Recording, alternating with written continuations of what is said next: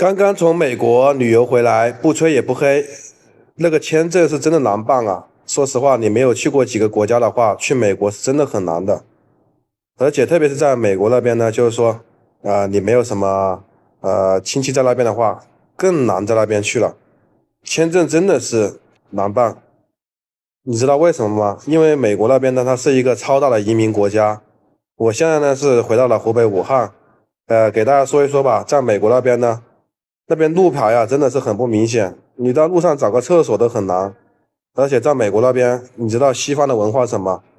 上个厕所，公共厕所也可能要收费。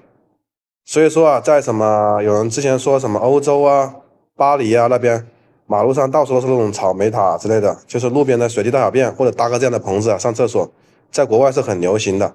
因为美国那边的厕所，说实话，他们说那边厕所就是很香很香。哎，我也不知道为什么厕所不就应该就是有味道的吗？为什么搞那么香呢？说实话，你把那些钱拿出来让别人免费上不好吗？而且美国给我的印象是街头啊非常多那种就是流浪汉。你说像我们国内啊，现在很多流浪汉都没有了。早几年的时候可能还会有，因为现在有很多那种就是机构啊，然后让那个流浪汉都已经，比如说已经和亲属认识了，或者是已经联系到亲属了，或者跟他们找到工作了，或者给他们有收容所了。但在国外的话，就是不是这种情况。国外的话，流浪汉在马路上到处都是，所以马路上非常的脏，非常的乱，非常的差。在美国那边呢，都说美国是发达国家，老牌的发达国家。美国建国现在也就200-300年的历史，但是呢，美国为何如果人均 GDP 为什么会这么高呢？因为美国那边它不靠房子，也不靠什么东西，他们就靠金融嘛。所以说美国人呢都有那种提前消费的习惯，手上都可能连个100美金都没有。比如说高楼大厦，而且在美国公交车呢是非常少的。为什么美国人人有车？主要还是因为这个公交车特别少，半个小时、1个小时才可能来一趟。除了市区那里会好点、方便点啊，不像咱们大武汉5分钟、3分钟一趟，根本就不用担心，对不对？上班啊之类的那个出行的问题。而且美国那边高楼啊非常的少，美国那边基本上没有像什么这样的高架桥，在城市里面的堵车是常有的事，经常性的，比如说，因为美国那边的嘛，什么都讲究保险，什么都可以买保险，所以美国那边的各种东西出现什么交通事故意外的情况下特别多。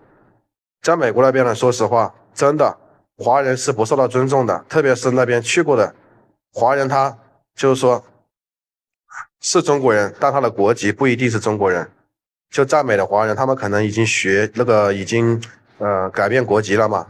但在美国那边呢，说实话，千万不要太轻易相信华人，因为在那边，他已经受到文化的影响，追求什么高度自由啊、人权啊之类的，所以呢，你在那边要格外小心，千万不要跟他们套近乎，搞不好他们就会把你卖了。在美国那边呢，真的是鱼龙混杂，而且说实话，就医的话，没有像咱们国内，虽然说。